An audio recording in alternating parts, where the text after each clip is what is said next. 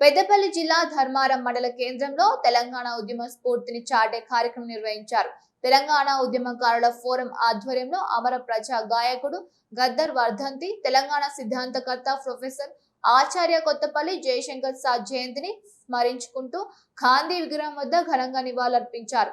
ముందుగా గాంధీ విగ్రహానికి పూలమాల వేసి నాయకులు, అనంతరం గద్దర్ జయశంకర్ సార్ చిత్రపటానికి పుష్పాంజలి ఘటించి వారి సేవలను స్మరించుకున్నారు. ఈ సందర్భంగా తెలంగాణ ఉద్యమకారుల ఫోరం రాష్ట్ర ఉపాధ్యక్షుడు రవీందర్ రెడ్డి, సభ్యుడు రెడ్డిమల్ల సత్యం మాట్లాడుతూ తెలంగాణ మలిదశ ఉద్యమంలో గద్దర్ జయశంకర్ సార్ చేసిన త్యాగాలు, పోరాటం రాష్ట్ర చరిత్రలో చిరస్థాయిగా నిలిచిపోయాయని కొనియాడారు. తెలంగాణ ప్రజలను ఏకతాటిపై తీసుకువచ్చి ప్రత్యేక రాష్ట్ర సాధనకు వారు అందించిన సేవలు చిరస్మరణీయమని పేర్కొన్నారు. వారి ఆశయాల సాధన కోసం నిరంతరం కృషి చేస్తామని తెలిపారు.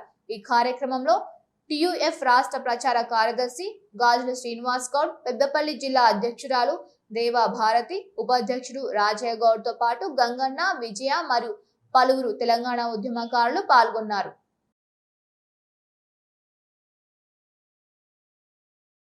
ప్రొఫెసర్ జయశంకర్ గారి లోటు అనేది చాలా స్పష్టంగా కనిపించింది. ఎందుకంటే వారు తెలంగాణ కోసం నిర్విరామంగా కృషి చేసినటువంటి గొప్ప మహానుభావులు.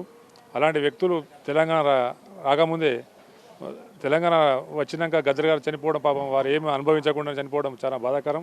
అదేవిధంగా జయశంకర్ సార్ 3 సంవత్సరాల ముందే వారు కూడా చనిపోవడం, తెలంగాణ కోసం వారు చేసినటువంటి జయశంకర్ గారు ఒక ప్రొఫెసర్ ఉండి కూడా వారి యొక్క జాబును వదిలి చాలా తెలంగాణ కోసం వారు చేసినటువంటి కృషి అనేది బాగా గర్వించదగ్గ విషయం. కాబట్టి తెలంగాణ ఉద్యమకారుల ఫోరం తరపున మరొకసారి వారికి తెలంగాణ ఉద్యమంలో కీలక పాత్ర పోషిస్తూ వారు రచించిన పాటలతో ప్రజలను ఉర్రూతలూగిస్తూ ప్రజలను చైతన్యవంతం చేస్తూ 1969 తెలంగాణ ఉద్యమంలో కూడా పాల్గొని అప్పటి నుండి యథావిధిగా 1971లో వారు మొదటి పాట ఆపుర రిక్షా అనే పాటతో వారి ప్రస్థానం ప్రారంభించడం జరిగింది.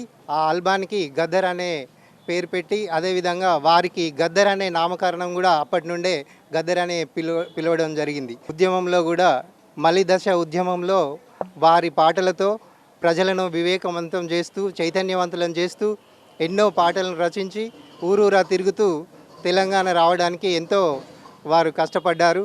వారి ఉద్యమ ఫలితంగానే తెలంగాణ రావడం జరిగింది. అదేవిధంగా ప్రొఫెసర్ జయశంకర్ గారు వారి జీవితాన్నే మన తెలంగాణ